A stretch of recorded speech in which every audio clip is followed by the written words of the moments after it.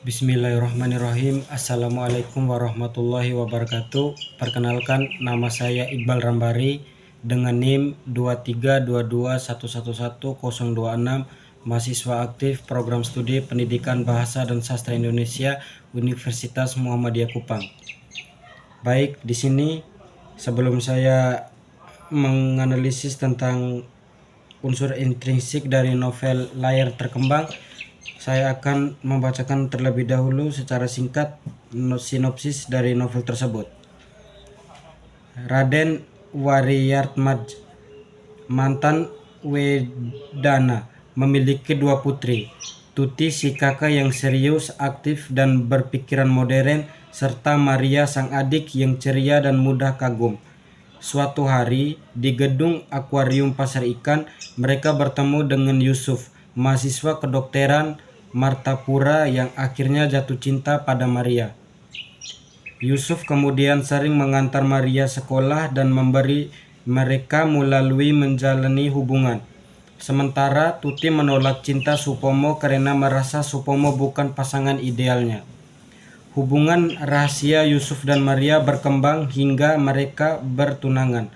Namun, kebahagiaan mereka buyar saat Maria terserang malaria dan TB, dirawat di sanatorium Pacet, dan akhirnya meninggal dunia. Sebelum meninggal, Maria berwasiat agar Tuti menikahi Yusuf. Setelah mempertimbangkan, Tuti menerima dan mereka pun menikah. Memenuhi permintaan Maria, pernikahan mereka berjalan harmonis, dan Yusuf serta Tuti mengunjungi makam Maria sebagai penghormatan terakhir. Baik, itulah sinopsis singkat tentang novel Layar Terkembang. Kemudian saya akan membacakan unsur intrinsiknya. Yang pertama, tema. Tema dari novel tersebut adalah emansipasi wanita dan modernisasi masyarakat Indonesia. Novel ini menekankan pentingnya pendidikan, kebebasan berpikir, dan peran aktif perempuan dalam kehidupan sosial. Yang kedua, tokoh dan penokohan.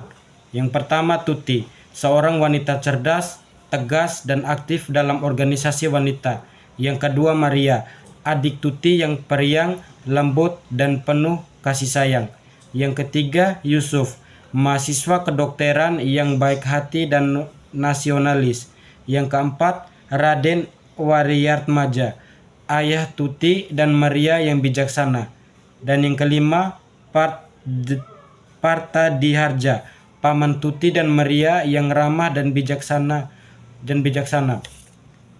Penokohan dalam novel ini menggambarkan perbedaan karakter dan pandangan hidup antara tokoh-tokohnya yang saling mencerminkan dinamika sosial pada masa itu.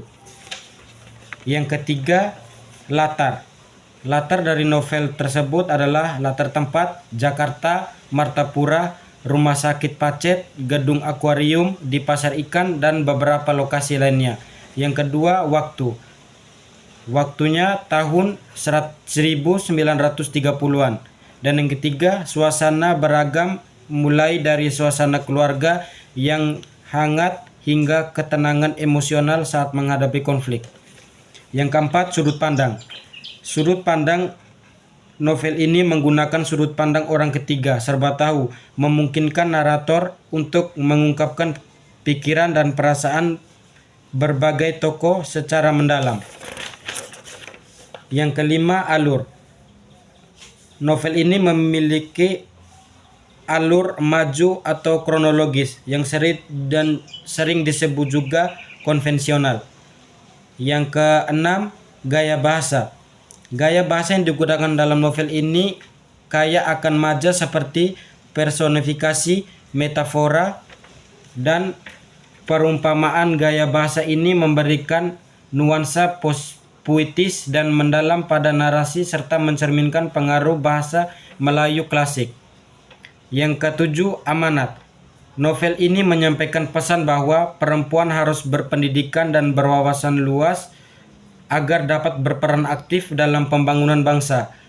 Selain itu, pentingnya menghadapi masalah dengan ketabahan dan semangat juang juga menjadi pesan moral yang kuat dalam cerita. Baik, Demikian unsur intrinsik dari novel layar terkembang.